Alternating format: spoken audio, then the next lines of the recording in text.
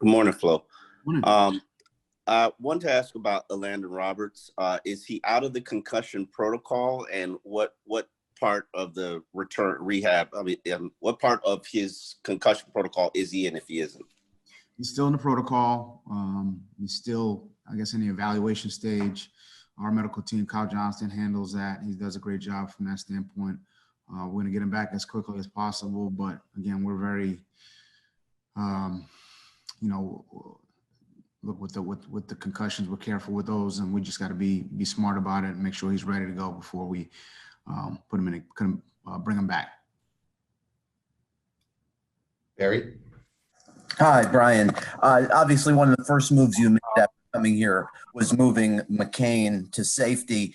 If the play at slot corner remains up and down, and obviously that's not by no means the biggest reason why you all have lost, but if it remains up and down, would you give any thought to moving Bobby back there because of his experience, or in your mind, is he a safety for you long-term? Wanted to ask you about Brandon Jones and that as well. He played some slot corner at Texas, but you all drafted him as a safety. Could you look at him as an option there as well?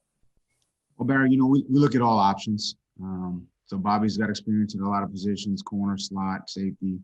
Brandon played, a few different positions in college. So we look at every option. Something that we've talked about as a staff from just a personnel standpoint, what's the best group of guys we can put out there and gives us the most competitive group. So, a lot of conversations like that are had.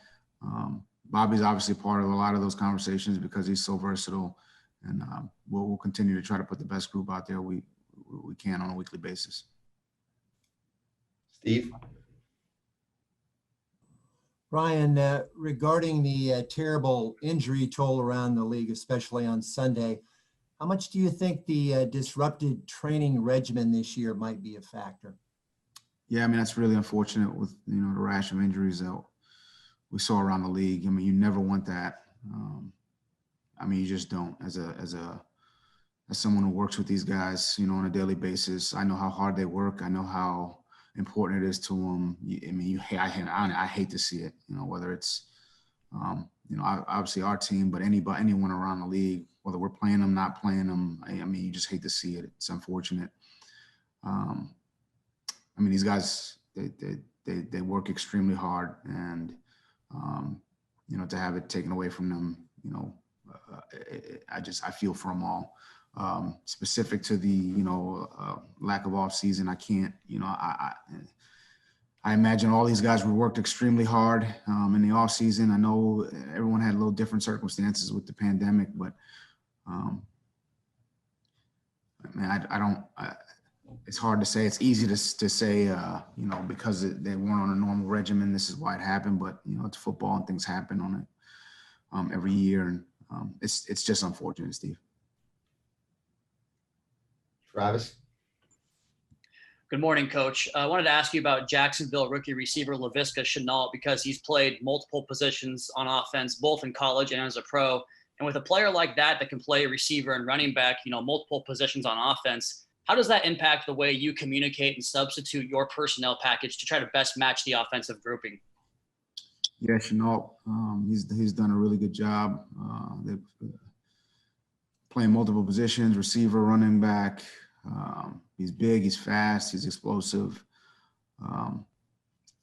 Obviously they have a lot of good players. Robinson, the running backs, a good young addition to their team. Obviously the quarterback, good O-line. So Shenault's just one piece to what's been a good group offensive skill players this far this year. So it'll be a big challenge for us getting him handled in the multiple things that he does. But you can't just kind of lock in on one guy, because they've got several other guys who can make plays, and we've got to do a good job on all of them. Omar? Coach, when you got a young team that's just learning a new offense with Chan Gailey, how long do you think it takes to establish and develop an offensive identity? As soon as possible. That's what we're hoping for. The guys will work hard to try to establish a run game, establish a play action game, establish a drop back game, protect the quarterback, screen game. I mean, all those things are important. It does take, time to get to know guys around you. I think we saw improvement from week 1 to week 2, and hopefully that, we're better, 5 weeks from now than we are now. So I think that's what every team's trying to do on all 3 sides of the ball, and coaching as well. We're all just trying to improve and get better, and just be better, get better week to week. Safid? Hey, Coach. Good morning. Gardner Minshew's been, fairly accurate in his first 2 games, thrown 3 touchdowns in both games as well. What are some things that you're seeing from him off the film? Yeah, I mean, he's been accurate. He spreads the ball around, so you can't just lock in on 1 or 2 guys. The backs are getting it, the tight ends are getting it. Each of the receivers has had some production. He's got some scrambling abilities and can extend plays. He's a good quarterback, good young quarterback. You can see his leadership and command of the offense, and he's a good player. Adam?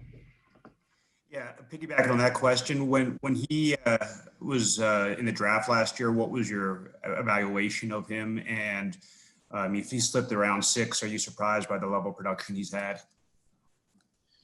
Well, I mean, he's coming out. He was smart, tough, competitive. Good accuracy. The guy we liked, and. Yeah, I'm not surprised. I mean, he's got all the characteristics you're looking for in that position, and smart player, and obviously that's coming to fruition up there in Jacksonville. Barry? Brian, I was going to ask you on your 2 rookie defensive linemen, was there a jump in performance from Raekwon Davis, you think, from week 1 to week 2? And with Strobridge, is he in your thought process right now? Is he showing enough where you think he could help you if you need him? Well, with Stro, I think this is a young, developing player. Look, we can only dress 48, so someone's got to be inactive. I don't think there's anything he's doing that would lead you to anyone to believe that he's not performing up to par. We just have some other guys at that position. Raekwon, I think he did play better in week 2 than week 1, but we need to see continuing improvement from him, really in all areas. Pass rush, run defense, communication.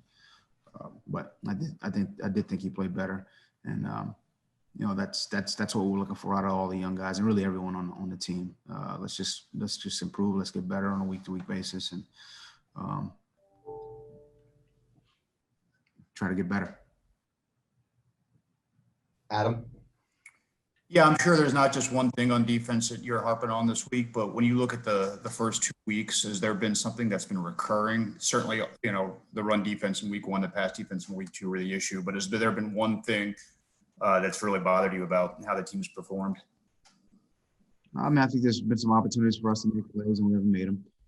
A couple of dropped interceptions, lost edges, a couple missed tackles. So there's never just one thing. But I think we've had some opportunities. We need to take advantage of them. I mean, we try to stress how important every play is, because you never know which one's going to be the one that changes momentum or makes a shift in the game. So we just need the focus and the detail and the precision on a play-to-play basis. And we just, when our opportunities present themselves, we need to take advantage. I mean, that's life. You get an opportunity, you got to take advantage. You don't, all it is a lost opportunity. So that's the message to the team. And that's always been my message. So we just need to learn from our mistakes, make the corrections, go back out there and try to play a tough, smart, physical game on Thursday night. And that's going to be that's our goal. All right, we have time for 2 more. We'll go to Safid. Hey, Flo, what have you seen from guys like Josh Allen and Chazon on their defense? Young, talented, physical, developing, fast. I think you can see a difference from Chazon week 1 to week 2. But, you know, great effort. I mean, these you know, they play hard.